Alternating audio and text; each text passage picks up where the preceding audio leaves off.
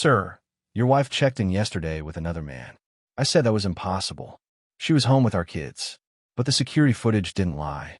Neither did her boss's hand on her back. By the time I was done, they both lost everything. Revenge? No, just consequences. My name is Andrew Patterson. I'm 42 years old. And until 3 days ago, I thought I had it all figured out. Senior account executive at Brennan and Rhodes, one of the biggest advertising firms in Chicago. Good salary, respect from my peers, clients who actually return my calls. Married to Jennifer, my college sweetheart, for 15 years.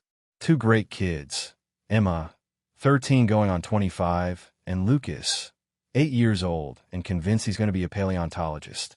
We had the house in Evanston with the white fence, the golden retriever, the whole package. The American dream, right? I was in Cleveland when everything fell apart. Third day of a 4-day pitch to a manufacturing client who couldn't decide if they wanted to rebrand or just update their logo.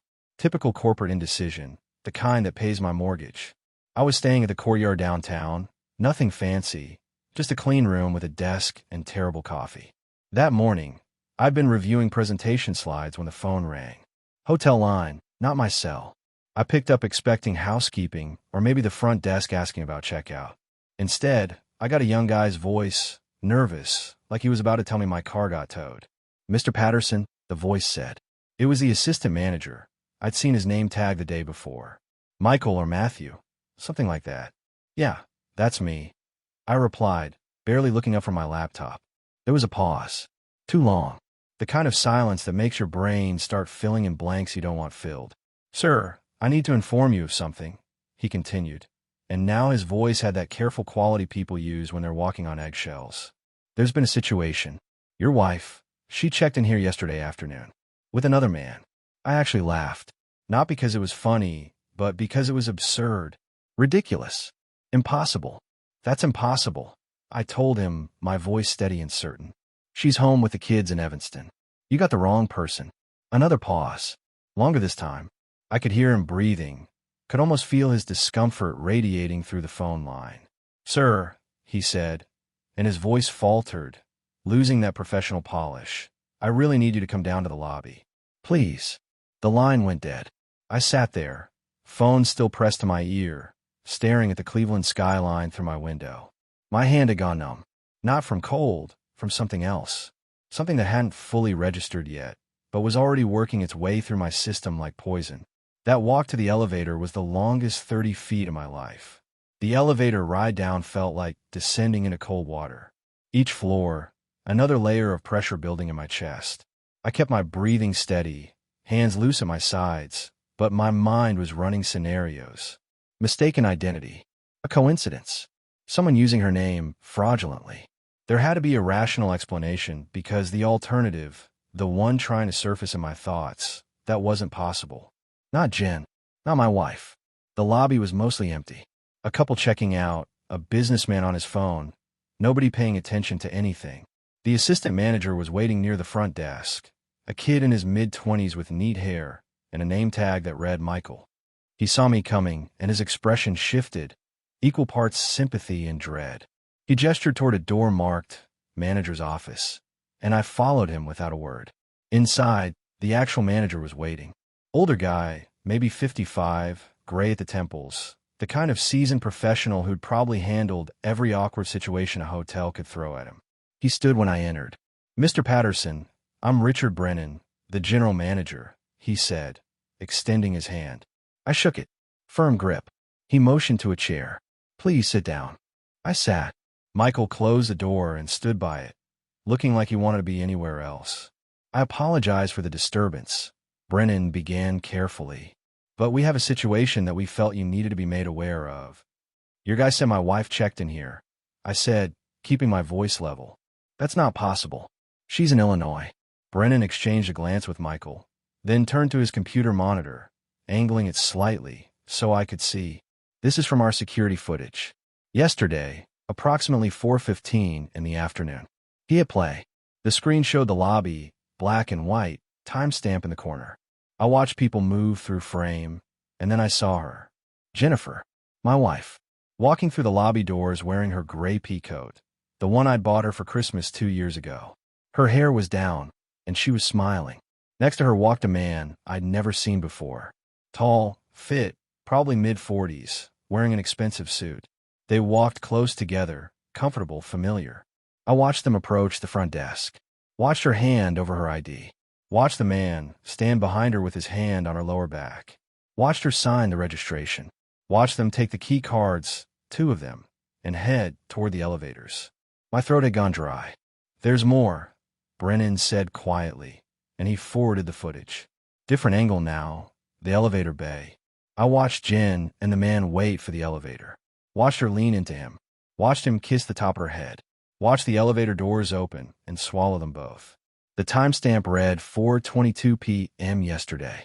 At 4:30 yesterday, I'd been on a conference call with a client. I texted Jen around 5 asking how the kids were. She'd replied 20 minutes later, saying Emma had soccer practice and Lucas was doing homework. She'd sent me a photo of Lucas at the kitchen table with his math book. She'd lied, while standing in this hotel. "Do you recognize this man?" Brennan asked gently. I stared at the frozen image on screen. The man's face was clear enough. Strong jawline, confident posture, the kind of guy who looked like he belonged in a boardroom. "No," I said. My voice sounded distant, like it was coming from someone else. "I've never seen him before." Brennan nodded slowly. "The reservation was made under her name. Jennifer Patterson. She used a credit card registered to your household account. Our account. She'd used our money to book a hotel room with another man." I stood up. Not abruptly, just deliberately. Both men tensed slightly, probably expecting anger, maybe a scene. But I was too far past that for theatrics. "I need copies of everything," I said calmly. "The footage, the registration, the credit card receipt. All of it." Brennan hesitated, then nodded. "I can provide that. Email it to me," I said, pulling out my phone and giving him my personal email, not my work one. "And I need to know what room they're in." Brennan hesitated before answering. "Room 1847. But Mr. Patterson, I have to advise you that confronting them directly could complicate matters legally." "I'm not going up there," I said, and I meant it. Storming into a hotel room like some jealous husband in a bad movie wasn't my style. Besides, confrontation without preparation was just noise. I needed something more substantial than anger. I need to know who he is. Brennan looked at Michael, who was already pulling up something on a tablet. "The second name on the reservation is Matthew Langley," Michael said. "Corporate card from Northfield Pharmaceuticals." Northfield, Jen's company. She'd been working there for 6 years as their marketing director. And suddenly, things started clicking into place with sickening clarity. "Pull up his information," I said. Michael tapped the screen, then turned it toward me. There was a business card image, professionally designed. Matthew Langley, Regional Vice President, Northfield Pharmaceuticals. Below that, a LinkedIn profile photo. Same face from his security footage, but now with context. 46 years old according to his bio. MBA from Northwestern. 15 years with the company. Based in the Chicago headquarters. Jen's boss, or close to it. Regional VP meant he oversaw several departments, including hers. I pulled out my phone and did my own quick search. Found his company profile easily enough. Then I found something more interesting. His personal Facebook page, semi-public. The kind of profile where privacy settings were set by someone who didn't quite understand how the internet worked. There were photos. Family photos. Matthew Langley with a blonde woman and 2 teenage boys at a football game. The caption from 3 months ago read, "Go Bears. Nothing better than game day with my beautiful wife Caroline and our boys." Caroline Langley, his wife, who had no idea her husband was in Cleveland with another woman. I screenshotted everything. His LinkedIn profile, his Facebook page, his company bio. Saved them all to a folder on my phone labeled simply Evidence. "Mr. Patterson," Brennan said carefully, "what do you plan to do with this information?" I looked up at him. "Whatever's necessary to protect my kids and myself. Legally." He nodded, understanding exactly what I meant. "The video files and documents will be in your email within the hour. Encrypted." "Thank you," I said, standing. I shook his hand again, then Michael's. "I appreciate your discretion." Back in my room, I sat on the edge of the bed and opened my laptop. First, I forwarded all the screenshots to my personal cloud storage, the one Jen didn't have access to. Then I opened a blank document, and started writing down everything I knew. Timeline, facts, evidence, names, dates, credit card transactions. I wasn't a lawyer, but I'd worked with enough of them to know that documentation mattered. Emotions didn't hold up in court. Facts did. My phone buzzed. A text from Jen. How's Cleveland? Kids miss you. Emma has a science test tomorrow. Love you. I stared at those words. Love you. Sent from a hotel room where she was sleeping with her boss. The audacity of it should have enraged me, but instead, I felt something colder. Resolve. I didn't respond. Not yet. I should have called her right then. Demanded answers. Forced a confrontation. Done what any normal husband would do. But I've never been impulsive, and this wasn't the time to start. Instead, I did something else. Something that had been nagging at the back of my mind since I saw that footage. If Jen was here in Cleveland with Matthew Langley, who the hell was watching Emma and Lucas? I pulled up my phone and called my mother-in-law, Diane. She answered on the third ring, cheerful and unsuspecting. Andrew, honey, how's the trip? Diane asked, that maternal warmth in her voice that always made me feel welcome, even after 15 years. It's fine, Diane. Quick question, are the kids with you? I kept my tone casual, just checking in. With me? No, sweetie. I thought they were with Jennifer at that conference thing. The family leadership retreat she mentioned. She said it was some new company initiative, bring your kids to understand work-life balance, or something corporate like that. My blood went cold. Conference? What conference? The one in Indianapolis, I think she said. She told me last week you'd all be gone Tuesday through Thursday.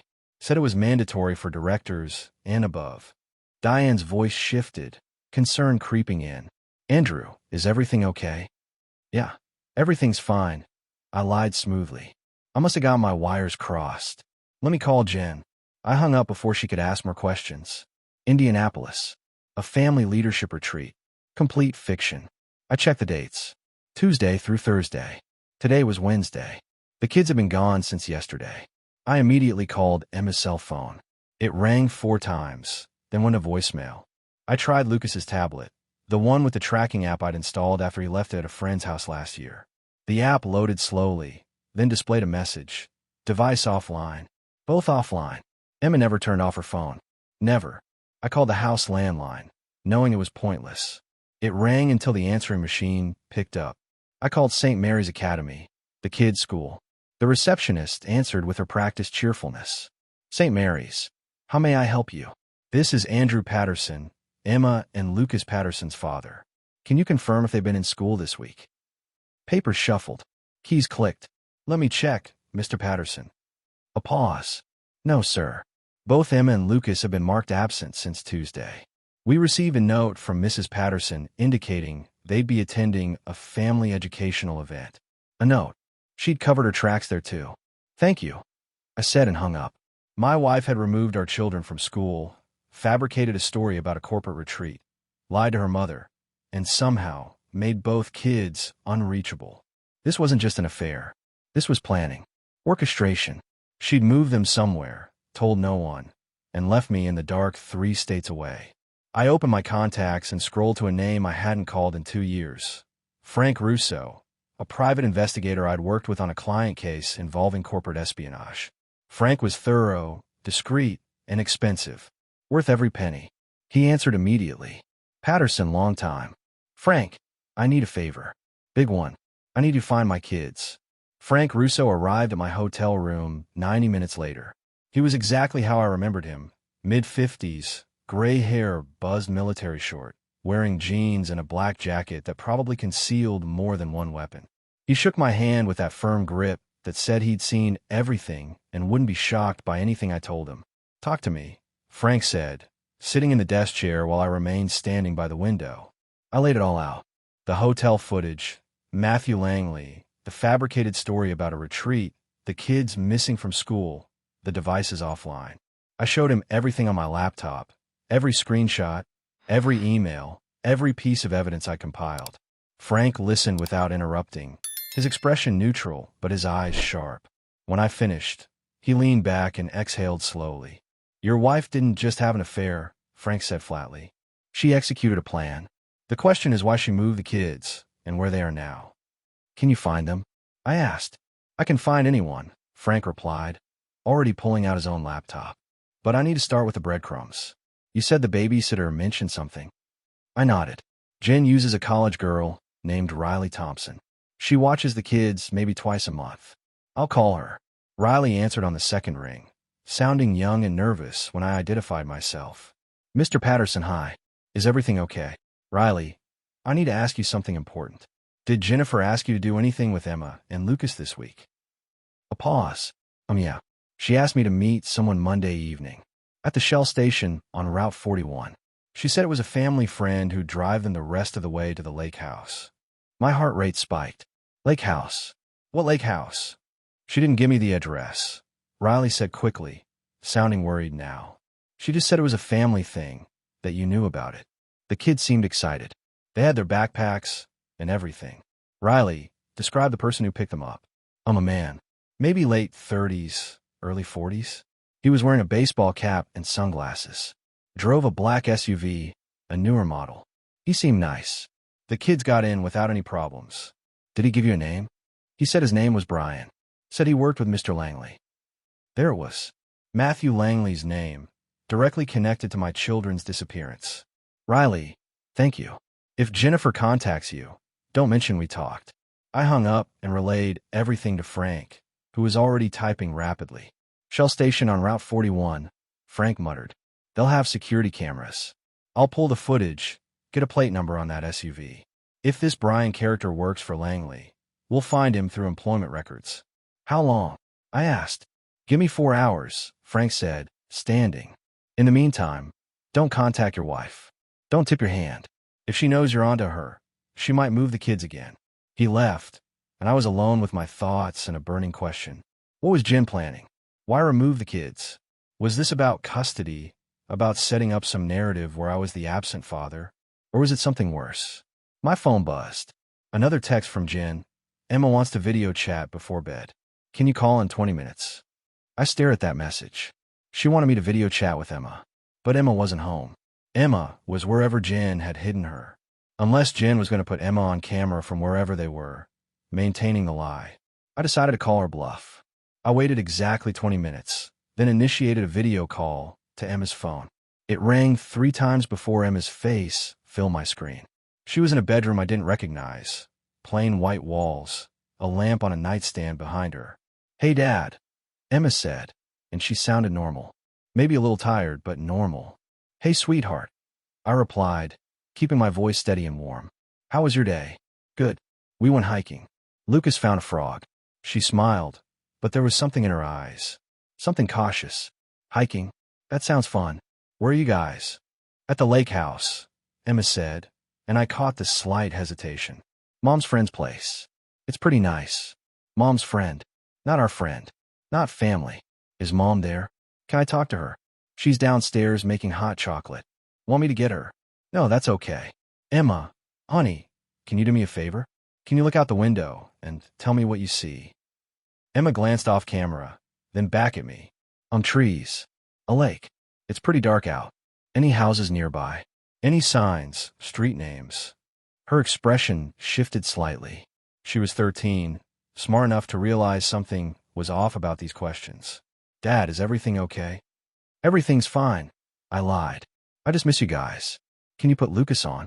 Emma turned away from the camera and called out. A moment later, Lucas's face appeared, grinning with that gap-toothed smile. Dad, guess what? I caught a frog and it peed on me. Despite everything, I smiled. That's what frogs do, buddy. You having fun? Yeah, but I miss home. When are we coming back? Soon, Lucas. Is Mom taking good care of you? Yeah, but she's been on the phone a lot. With that Matthew guy. My chest tightened. Matthew? You've met him. Yeah, he came by yesterday. Brought us pizza. He's okay, I guess. Emma doesn't like him. Why doesn't Emma like him? Lucas shrugged. She said he's not Dad. She's been weird. Emma's voice came from off camera, sharp and older sibling authoritative. Lucas, give me the phone. Emma's face reappeared. Dad, I have to go. Mom's calling us. Okay, baby. I love you. Both of you. Love you too, Emma said, and the call ended. I sat there staring at the blank screen, my mind processing what I just learned. The kids were a lake house, probably somewhere within driving distance of Chicago. Matthew Langley had visited them. Emma was uncomfortable, smart enough to sense something wrong. Lucas was oblivious, but had confirmed Langley's involvement. My phone buzzed with Frank's number. "I've got something," Frank said without preamble. "The SUV from the gas station camera belongs to a Brian Hendricks, 38, works as a facilities coordinator for Northfield Pharmaceuticals. He's on Matthew Langley's direct team. So Langley used a company employee to transport my kids. Looks that way. And I've got more. Property records show Langley owns a vacation home in Lake Geneva, Wisconsin. 3 bedrooms, secluded area, purchased 8 years ago. I'd bet money that's where your kids are. Lake Geneva, 2 hours from Chicago. Send me the address." I said. "Andrew, wait. If you go up there alone." "I'm not going alone," I interrupted. "But I am going. Those are my children, and I'm bringing them home." Before I left for Lake Geneva, I needed to set one more piece in motion. The kind of move that wouldn't just expose the affair, but would detonate it from the inside. I sat down at my laptop and opened a new email. The recipient was David Kellerman, Chief Operating Officer of Northfield Pharmaceuticals. I met him twice at company events Jen had dragged me to. He was old school corporate, the kind of executive who talked about integrity and accountability like they were religious principles. I kept the email brief and professional. Subject: urgent matter requiring executive attention. Matthew Langley. Mr. Kellerman, I'm writing to bring to your attention a matter involving Matthew Langley, Regional Vice President, that poses significant risk to Northfield Pharmaceuticals. Attached, you'll find documented evidence of Mr. Langley engaging in an inappropriate relationship with a subordinate employee, Jennifer Patterson, Marketing Director. This includes hotel security footage showing both individuals checking into a Cleveland hotel together, credit card records showing corporate funds used for personal accommodations, multiple documented instances of similar behavior over a 3-month period, evidence of Mr. Langley using company resources and personnel to facilitate personal matters involving my minor children. I'm providing this information not out of personal vindictiveness, but because I believe the company has a right to know when senior leadership engages in conduct that violates corporate policy and potentially exposes Northfield to legal liability. I've attached comprehensive documentation. I'm available to discuss this matter at your convenience. Respectfully, Andrew Patterson. I attached everything. The hotel footage, the registration documents, the credit card charges, screenshots of Matthew Langley's employee profile, property records for the Lake Geneva house, and the gas station footage showing Brian Hendricks picking up my kids. My finger hovered over the send button for exactly 3 seconds. Then I clicked it. One text, I thought. Well, one email. Same principle. One message that would burn down everything they'd built. The email whooshed away into the digital ether. Within minutes, I got a read receipt. Kellerman had opened it. No response yet, but I knew how these things worked.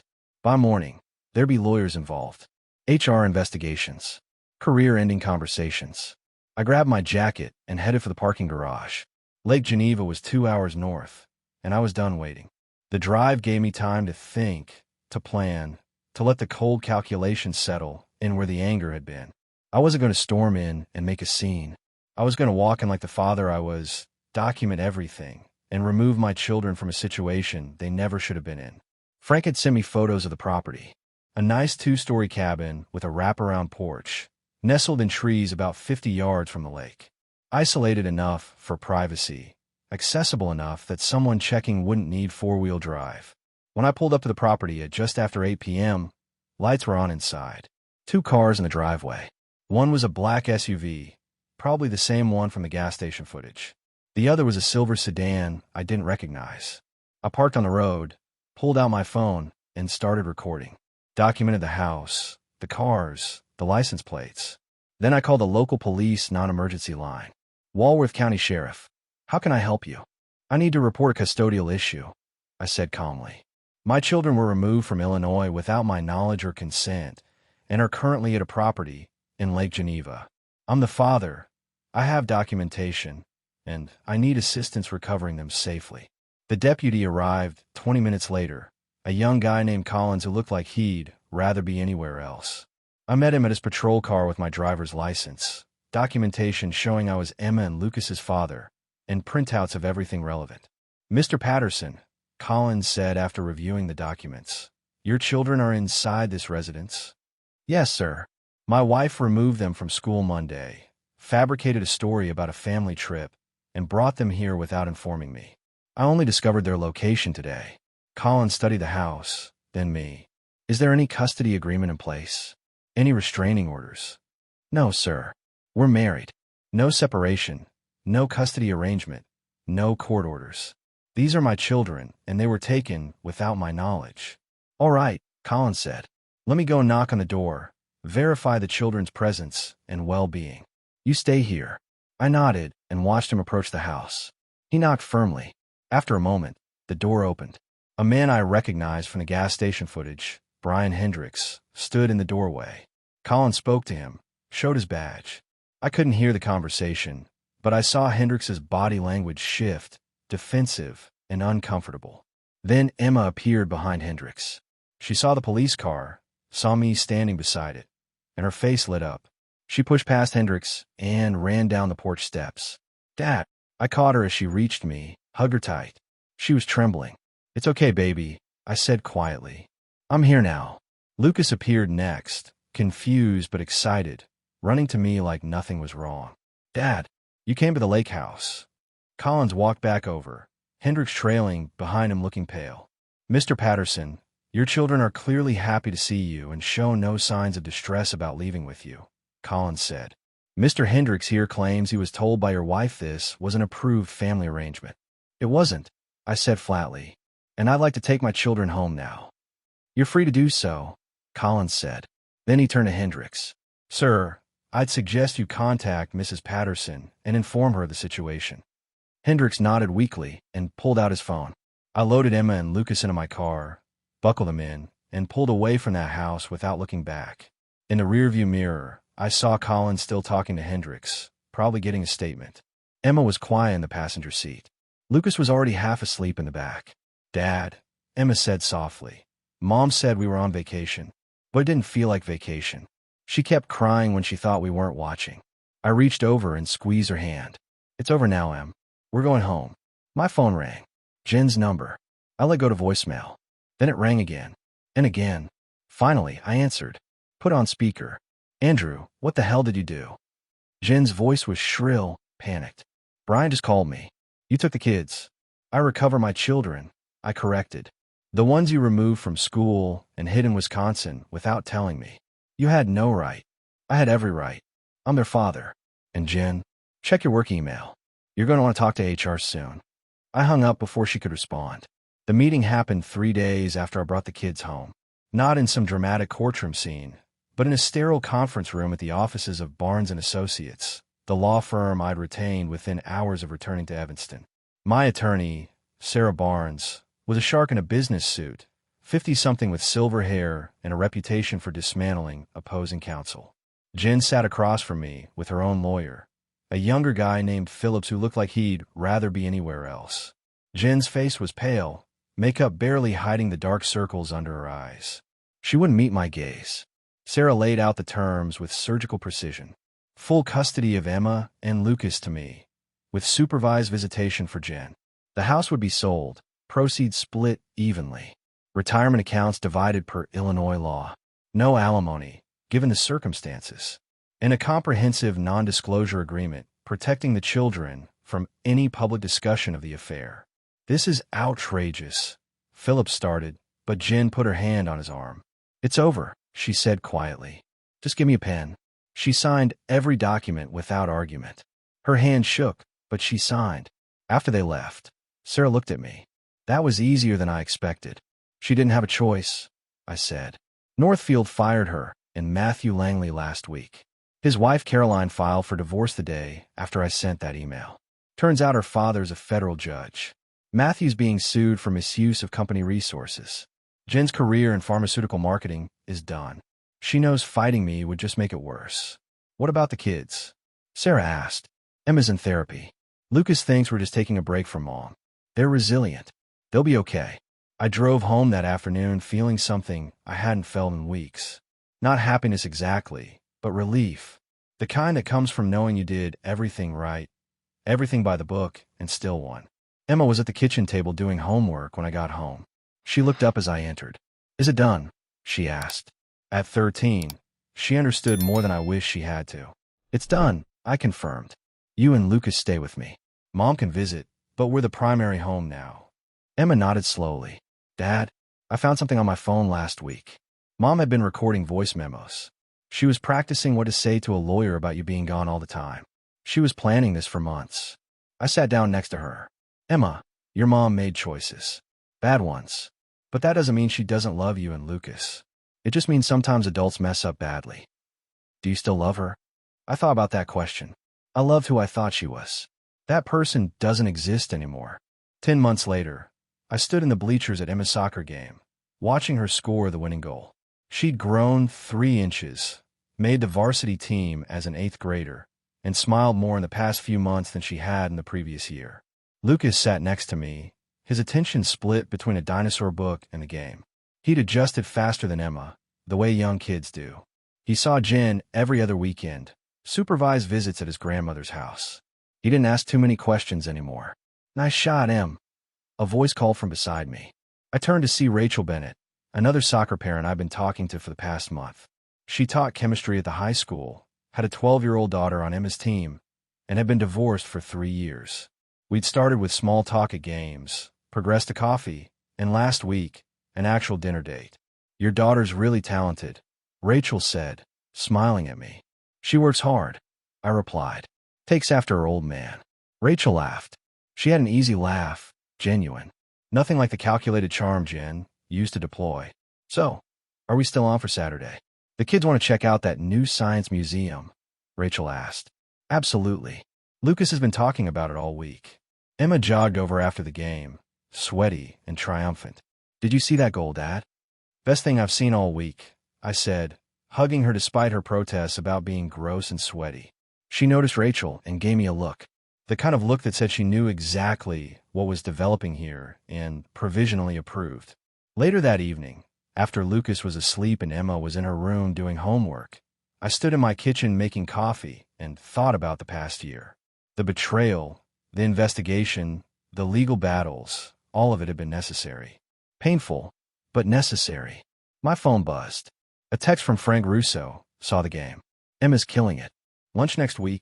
I smiled and replied, absolutely. Thanks for everything. Frank had become something of a friend over the past months. Turned out shared trauma created bonds. I walked to Emma's door and knocked. You good, kiddo? She looked up from her laptop. Yeah, Dad. I'm good. Actually good.